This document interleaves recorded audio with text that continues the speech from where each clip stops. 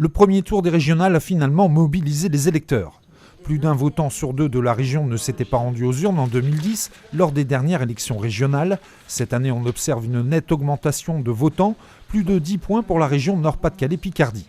Autre observation notable, à Gravelines, comme à Lille, Capellebrook ou Bourguel, les électeurs ont pu voter jusqu'à 19h, voire 20h.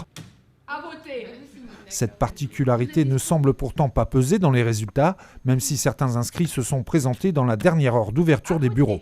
Pas d'élan civique particulier par rapport au 13 novembre. Je pense que c'est différent. On vote pour notre région et que ça doit être fort aujourd'hui. Surtout dans la période où on vit actuellement, je pense que c'est important de voter pour sa région, en bonne cause. Je pense que chacune des personnes a pensé à son vote depuis longtemps et est déterminée et reste sur sa position. Je ne pense pas que 2 heures changent finalement le vote de qui que ce soit. La tendance régionale s'est confirmée à Gravelines. Marine Le Pen l'emporte pour le FN avec 44,83% des suffrages. Pierre de Saint-Ignon pour les socialistes arrive second avec 30,67% des voix. Et enfin Xavier Bertrand des Républicains se place en troisième position avec 12,74% des suffrages. Un premier tour favorable au FN qui s'explique par un contexte national mais également local selon le maire de Gravelines. Ce tragique événement parisien, la situation des migrants aussi, qui depuis 6 mois c'est quand même compliqué, aggravé. Donc tout cela génère aussi ce résultat, je pense. Et puis les élections régionales dans Pas-de-Calais-Picardie, c'est un peu comme les européennes, on est sur une grande région et on est sur un scrutin, national où finalement les enjeux régionaux pèsent peu, y compris, et j'ai envie de dire, la présence des élus locaux sur telle ou telle liste. Désormais, seules les listes ayant obtenu plus de 10% peuvent prétendre au second tour. Le PS ayant choisi de se retirer hier soir, les Gravelinois auront le choix entre le Front National, porté par Marine Le Pen, ou les Républicains, représentés par Xavier Bertrand.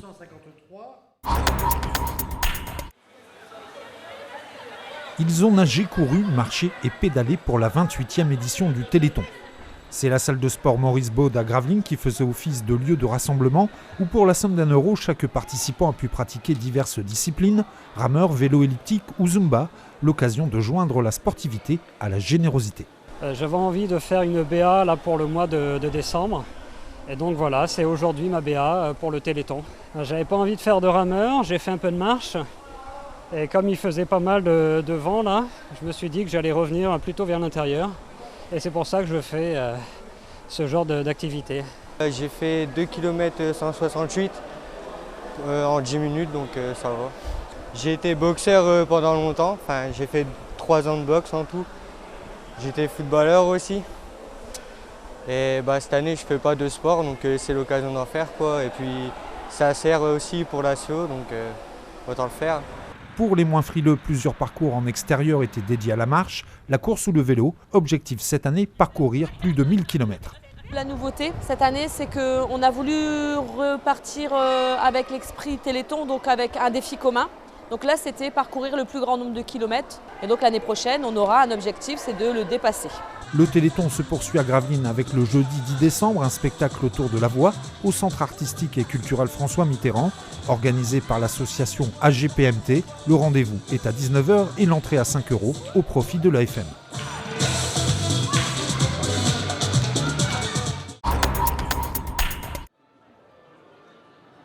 Les marchés de Noël fleurissent partout en France. La particularité de celui de Watt, c'est qu'il est couvert. Et on y trouve de tout. Produits du terroir, confiserie, objets d'artisanat ou bijoux. De quoi compléter les emplettes de fin d'année. Watt en fait organisatrice du marché a mis les petits plats dans les grands pour proposer un large éventail de petits cadeaux. Parmi les exposants, Emmanuel, elle commercialise des épices de Madagascar. Nous, on n'utilise aucun pesticide, aucun insecticide, rien du tout. Tout est 100% naturel. Et la vanille de Madagascar est vraiment réputée pour sa qualité très aromatique. Donc les restaurateurs, boulangeries, pâtisseries, tout ça sont vraiment très, très intéressés. Et du fait qu'il n'y ait pas d'intermédiaire, ce sont donc nos plantations, le prix est très raisonnable. Les enfants ont même eu la visite en avance du Père Noël. Le vieux monsieur partage volontiers son chalet ou son traîneau pour quelques séances de photos. L'occasion pour lui de récupérer les interminables listes de jouets. J'ai ma boîte à lettres ici sur le chalet, ici dans le marché de Noël sur Watt. Et ce soir, je repars avec mes reines au pôle Nord pour distribuer tout ce qui a été noté pour le 25 au soir l'avoir au pied du sapin pour tous les enfants.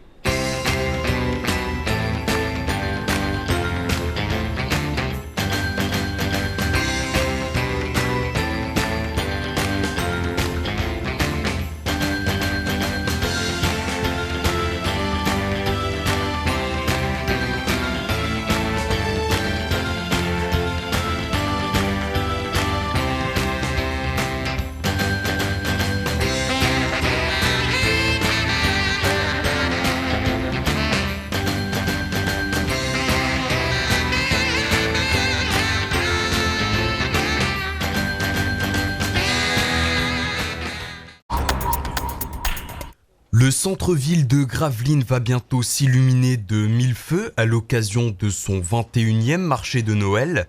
Les services municipaux sont à pied d'œuvre depuis déjà 2 semaines. Alors la logistique du marché de Noël, elle est énorme. Tous les services de la ville travaillent dessus parce que on ne peut pas le faire tout seul. C'est vraiment tous les services qui sont mis à contribution. Il faut imaginer, c'est 93 chalets cette année. C'est des mois et des mois de travail pour tout ce qui est administratif. C'est aussi une logistique de 3 semaines environ pour poser les cabines.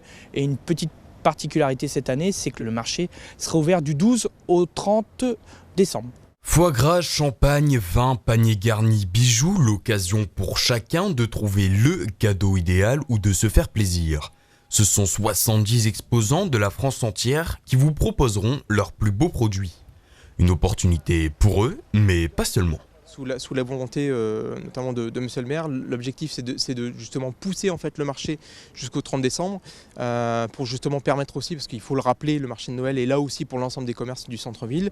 L'objectif c'est justement du coup de pouvoir pousser notamment jusqu'aux fêtes de fin d'année, donc Noël et Nouvel An inclus, pour permettre justement d'animer l'ensemble du secteur du centre et pouvoir inclure notamment des retombées directes ou indirectes au niveau des commerces locaux. Les commerçants se félicitent pour ce temps fort gravelinois. Le marché de Noël 2015, je pense que ça va être un bon cru dans la mesure où ils vont le prolonger d'une semaine entre Noël et Nouvel An. Moi je trouve que c'est une très bonne idée parce qu'il y a quand même beaucoup de familles qui sont sur Gravelines pour les fêtes et pourront profiter pleinement du marché de Noël. Animation, spectacle et gastronomie seront au rendez-vous dès le 12 décembre. Tous les ingrédients seront réunis pour faire de ce marché de Noël un moment de féerie incontournable pour les petits et les grands. 2400 colis de Noël sont offerts cette année aux seniors gravelinois. Pour ceux qui ne sont plus mobiles, la distribution à domicile reste une possibilité. Colis de Noël, voilà, oui, on a commencé par vous, hein. Voilà. Une tradition que la municipalité a souhaité conserver pour entretenir un lien social. Alors à domicile, ça se passe toujours très bien, hein. Ils sont contents de nous recevoir, de nous ouvrir la porte. Alors pour certains, ce sera la seule visite de la journée, donc si il faut passer 1 heure avec eux pour discuter, pour regarder les photos de famille, on est vraiment heureux de partager ce moment avec eux. Vin, foie gras et confiserie viennent garnir ce sac bien rempli, tout ce qu'il faut pour passer un joyeux réveillon de Noël. Chacun doit pouvoir profiter du bien vivre à Gravelines. Je pense que c'est important, ce sont des gens qui ont quand même travaillé toute leur vie, ce sont des gens qui ne profitent pas forcément des structures gravelinoises, sportives, et je pense que c'est très important de garder ce petit cadeau de fin d'année et les manifestations qu'on peut leur tenir à disposition. Tous les colis de Noël ont été achetés chez les commerçants de la ville, une autre occasion de distribuer des sourires et de valoriser le savoir-faire local. Après la déconvenue parisienne de la semaine dernière, l'USG se devait de rebondir face à un adversaire beaucoup plus à sa portée, la formation de Saint-Mandé, dernière de la poule 3 de National 2. Et de suspense, il n'y en a pratiquement pas eu. Ou si, durant le premier quart d'heure où les deux formations restent au coude à coude, 8 partout, puis petit à petit, l'effectif gravelinois fait la différence. La pause est sifflée sur le score de 18-13, -5, un moindre mal pour les visiteurs, tant la suprématie des joueurs de coach David est criante. Pour la reprise, c'est Romain Brodeur qui enfonce le clou. De bon augure pour la suite pour ce joueur qui a connu quelques problèmes physiques et qui retrouve peu à peu toutes ses sensations. 11 buts pour Romain samedi soir, 27-17 à 20 minutes du terme.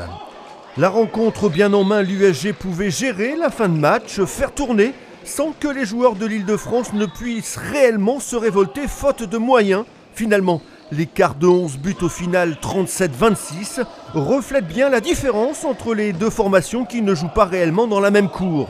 Avec cette victoire, l'USG est 5e et les Saint-Mandéens restent bons derniers.